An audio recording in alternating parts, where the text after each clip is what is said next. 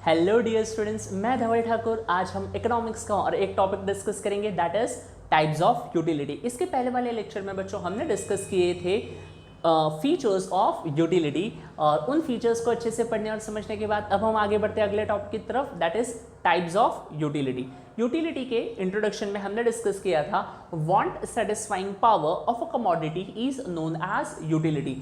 किसी भी कमोडिटी की, किसी भी प्रोडक्ट की, कंज्यूमर्स की या फिर जो भी यूजर्स हैं उनकी कोई भी वांट, ज़रूरत को पूरा करने की जो क्षमता है, जो पावर है, उसी पावर को, उसी क्षमता को हम क्या कहते हैं? Utility. That want satisfying power of a commodity is known as utility. इतना हम पढ़ चुके थे, हमने यूटिलिटी के फीचर्स भी देखे थे, और आज हम पढ़ने वाले हैं यूटिलिटी के टाइप्स। यूटिलिटी कितने अलग अलग टाइप्स की होती हैं। तो स्टार्ट करते हैं आज के हमारे फर्स्ट टाइप के साथ, that is form utility. Form utility क्या है बच्चों? जब हम किसी मटेरियल या किसी प्रोडक्ट का, उसका शेप या उसका स्ट्रक्चर चेंज कर देते हैं, तो उसका स्ट्रक्चर और फॉर्म चेंज करने से उस प्रोडक्ट की जो यूटिलिटी है वो बढ़ जाती है, और उसे ही हम कहते हैं form utility.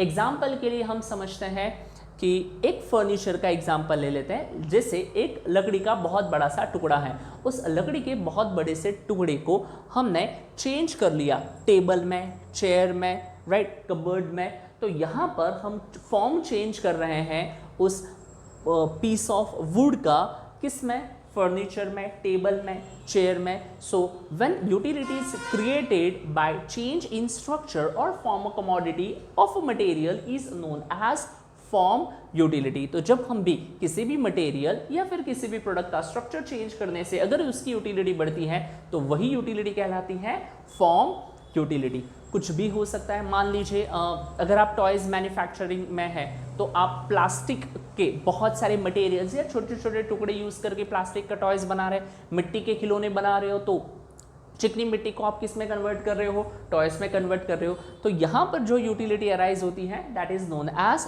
Form utility, which is created by the change in structure और फॉर्म ऑफ अ कमोडिटी और मटेरियल और यूनिट। आगे बढ़ते हैं। The next type of utility is place utility. Place utility क्या है बच्चों? जब भी हम किसी प्रोडक्ट का प्लेस चेंज कर लेते हैं, एक प्लेस से उस प्रोडक्ट को अगर हम दूसरे प्लेस पर ले जाते हैं या वहाँ पर यूज़ करते हैं, एक प्लेस से ज़्यादा उसकी यूटिलिटी दूसरे प्लेस पे होती है, तो उस प्रोडक्ट को एक प्लेस से दूसरे प्लेस पे ट्रांसफ़र करने से जो यूटिलिटी क्रिएट हुई उसे हम कहते हैं place utility. The utility which is created by change in place. Example के लिए यहाँ पर लिखा हुआ है ट्रांसपोर्टेशन का। Transportation creates place utility. ये एक बहुत इंपॉर्टेंट एग्जाम के लिए क्वेश्चंस भी बन जाता है, आपसे पूछा भी जा सकता है कि how transport creates place utility. क्या होता है बच्चों? किसी भी प्रोडक्ट का जो मैन्युफैक्चरिंग है वो कहीं और होता है और उसका कंजम्पशन कहीं और होता है। मतलब the place of production is different from the place of consumption. तो उस प्रोडक्ट को from their place of production to the place of consumption, वो जो ट्रैवल है वो हम किसके थ्रू करते हैं? थ्रू ट्रांसपोर्ट करते हैं। तो एक प्रोडक्ट को एक जगह से दूसरे जगह पर लाकर रखने से उसकी यूटिलिटी बढ़ जाती है, और ये यूटिलिटी बढ़ती है with the help of transportation. तो ऐसी जो यूटिलिटी बढ़ती है जब हम प्रोडक्ट का प्लेस चेंज करते हैं तो उसे कहते हैं प्लेस यूटिलिटी। एग्जाम्पल के लिए बता देता हूं मैं आपको। मान लीजिए आपकी कर्टन्स, पर्दे बनाने की फैक्ट्री है, आपकी फैक्ट्री शहर से बहुत बाहर है। अब वहाँ उन पर्दों को परचेस करने के लिए कोई नहीं है, वहाँ तो बस वो ऐसे ही पड़े हुए हैं, कोई नहीं दिख रहा है। बट जब आप उनको साफ करोगे, नीट एंड क्लीन करोगे, अच्छे से पैक करोगे, और जब आप उसको मार्केट में लाकर सेल करते हो तो you get a good price for your product. तो यहाँ पर उन कर्टन्स की यूटिलिटी क्यों बढ़ गई? क्योंकि आपने उनका प्लेस चेंज किया from their place of production to the place of consumption. तो ऐसे जो यूटिलिटी इंक्रीज होती है just because of change in place, तो उसे हम प्लेस यूटिलिटी कहते हैं। ये डिफरेंट केसेस में डिफरेंट तरीके से आप एग्जांपल्स को समझ सकते हैं। क्या ये क्लियर है? जैसे अगर कोई प्रोडक्ट कहीं पर अबंडेंस में है मतलब बहुत ज़्यादा क्वांटिटी में अगर वो प्रोडक्ट वहाँ पर उगता है तो उसकी उतनी ज़्यादा यूटिलिटी वहाँ नहीं होगी as compare to the other place जहाँ पर वो प्रोडक्ट इजीली अवेलेबल नहीं है। सो ट्रांसपोर्टेशन और ट्रांसपोर्ट क्रिएट्स प्लेस यूटिलिटी, क्योंकि ये क्या करता है? प्रोडक्ट को from the place of production to the place of consumption लेकर जाता है। ध्यान रखिएगा, second type of utility that is place utility. Third type की तरफ बढ़ते हैं, that is service utility. Service utility क्या है बच्चों? ये वो यूटिलिटी है when services are rendered by professional जो भी प्रोफेशनल्स होते हैं वो अपनी सर्विसेज देते हैं लोगों को, और इसके वजह से जो यूटिलिटी क्रिएट होती है, such utility is known as service utility. ध्यान से देखिए, when personal services are rendered by professional to the, जो भी लोगों को सर्विस चाहिए उनको जब आप सर्विस रेंडर करते हैं, फॉर एन एग्जांपल जो डॉक्टर है, अब डॉक्टर तो कोई गुड्स सेल नहीं करता, राइट। आप कहोगे सर डॉक्टर मेडिसिन देता है, मेडिसिन तो आपकी बीमारियां ठीक करने के लिए दिया जा रहा है, मेडिकल मेडिसिन बेचना उसका काम नहीं है। आपको जो भी प्रॉब्लम है, आपकी प्रॉब्लम सॉल्व करना, आपकी जो बीमारी है उस बीमारी को दूर भगाने में आपकी मदद करना, वो डॉक्टर का काम है। और ये काम करने के लिए डॉक्टर क्या करता है, अपना नॉलेज यूज़ करता है, अपनी जो भी स्किल्स है, उसका जो पास्ट एक्सपीरियंस है वो यूज़ करता है, और उसके लिए उसको बहुत ज़्यादा पढ़ाई करनी पड़ती है। और वो पढ़ाई कहाँ से मिलती है, फ्रॉम द पर्टिकुलर सब्जेक्ट, जो भी वो पढ़ रहा होगा। डॉक्टर है तो उसकी पढ़ाई करेगा, अगर वो चार्टर्ड अकाउंटेंट है तो वो बुक्स ऑफ अकाउंट्स की और भी बहुत सारी चीज़ों की पढ़ाई करेगा। तो उस तरीके से जब प्रोफेशनल्स अपनी सर्विसेज प्रोवाइड करते हैं और उससे जो यूटिलिटी क्रिएट होती है, that utility is known as service utility, जो भी प्रोफेशंस में आता है। और आई होप आपने 11th में स्टार्टिंग में पढ़ा होगा the difference between business profession and employment, तो वही वाले प्रोफेशन की बात हो रही है। The services are rendered by professionals and उनकी वजह से जो यूटिलिटी क्रिएट होती है, दैट इज सर्विस यूटिलिटी। अगली यूटिलिटी के टाइप की तरफ बढ़ते हैं बच्चों। The next type of utility is knowledge utility. Knowledge utility से यहाँ पर इनका मतलब है कि व्हेन यू possess नॉलेज, जब आपको नॉलेज होगा, किस बारे में नॉलेज होगा, when you acquired knowledge about a particular product, a particular commodity, a particular technology, उसे कैसे यूज करना है। तो जब आपको वो प्रोडक्ट यूज करने का नॉलेज है, तो उस नॉलेज की वजह से वो प्रोडक्ट की utility is what want satisfying power of commodity, वो इंक्रीज हो जाएगी, और उसे हम कहेंगे नॉलेज यूटिलिटी। ये एक बहुत फनी सा एक छोटा सा एग्जांपल देता हूं मैं आपको। मान लीजिए आप चले गए किसी रेस्टोरेंट में, और वो एक प्रॉपर चाइनीज रेस्टोरेंट है, और वहां पर आपके सामने नूडल्स हैं, और वो नूडल्स खाने के लिए उन्होंने आपके सामने रख ली चॉपस्टिक। अब चॉपस्टिक आपको पकड़ने ही नहीं आती, मुझे कौन सी आती है, तो उस चॉपस्टिक की यूटिलिटी हमारे लिए जीरो है, क्योंकि हमें उसको यूज़ कैसे करना है उसका नॉलेज ही नहीं है। तो फिर हम क्या करेंगे, चम्मच फोक उठाएंगे और फिर नूडल्स खाना स्टार्ट कर देंगे। तो यहाँ पर बच्चों अगर आपको वो क्या कहते हैं चॉपस्टिक कैसे यूज़ करना है, अगर उसका आपको नॉलेज है, तो आपके लिए उस चॉपस्टिक की बहुत ज़्यादा यूटिलिटी है। वो आपको आपका खाना खाने में, जो भी आपके सामने सर्व किया गया उसे कंज्यूम करने में हेल्प करेंगी। वैसे ही टेक्नोलॉजी के रिलेटेड कुछ प्रोडक्ट्स हो सकते हैं।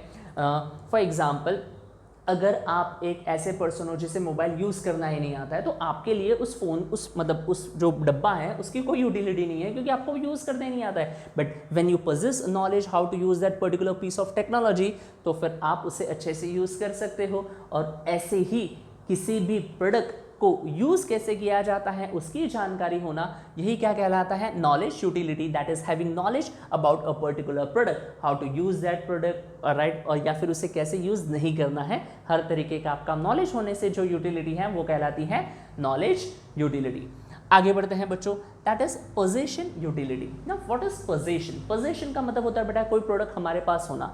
अब हमारे पास वो प्रोडक्ट कैसे आएगा, जब भी हम उस प्रोडक्ट को क्या करेंगे, परचेस करेंगे। Let's say you went to an automobile showroom और आपने वहाँ से बाइक या कार परचेस कर ली। आपके पास पहले बाइक या कार नहीं थी। जब आप उस बाइक या कार के लिए पे करोगे तो ओनरशिप ट्रांसफर हो जाएगी from that particular seller to buyer. तो वैसे ही जब भी हम प्रोडक्ट परचेस करते हैं तो यहाँ पर ओनरशिप क्या हो जाती है बच्चों, ट्रांसफर हो जाती है। और ट्रांसफर ऑफ ओनरशिप की वजह से आपके पास वो प्रोडक्ट आएगा, आप उस प्रोडक्ट को पजेस करोगे, और आपके पास वो प्रोडक्ट आने से उसकी जो यूटिलिटी क्रिएट होगी वो कहलाती है possession utility. It is created by the transfer of ownership of goods. और transfer of ownership of goods कैसे होता है, हम वो प्रोडक्ट परचेस कर सकते हैं, वो पहले किसी और का था, परचेस करने के बाद अब वो हमारा हो गया है और अब वो हमारी कोई जरूरत पूरी करेगा। So such utility is known as possession utility when products और when goods are purchased by one person to another person. खरीद सकते हो, किसी से भी खरीदो, अगर आपके पास है तो वो पोजेशन यूटिलिटी है, और अगर आपके पास नहीं है तो उस प्रोडक्ट की आपके लिए कोई भी यूटिलिटी नहीं है। अगले टाइप ऑफ यूटिलिटी की तरफ बढ़ते हैं, दैट इज टाइम यूटिलिटी। पैसा है, सॉरी टाइम है, पैसा है, टाइम है, सब कुछ है। चलिए कहाँ थे हम, टाइम यूटिलिटी पे। So what is time utility? Change in its time of utilization, अगर हम किसी प्रोडक्ट के यूटिलाइजेशन का जो टाइम है उसे चेंज कर ले, अगर उसके वजह से कुछ यूटिलिटी क्रिएट हो रही है तो हम उसे कहते हैं टाइम यूटिलिटी। और यहाँ पर एग्जांपल के लिए लिखा हुआ है warehouse creates time utility. ये बहुत इंपॉर्टेंट पॉइंट्स है, अब ध्यान से समझिएगा वेयर हाउस कैसे टाइम यूटिलिटी क्रिएट करते हैं। अब बच्चों मान लेते हैं कि थोड़े टाइम में रेनी सीजन आने वाला है या रेनी सीजन आ चुका है, तो रेनी सीजन में जो भी हमें अम्ब्रेलाज, रेनकोट, विंडशीटर्स जो भी रिक्वायर्ड होते हैं उनका production through out the year होता है।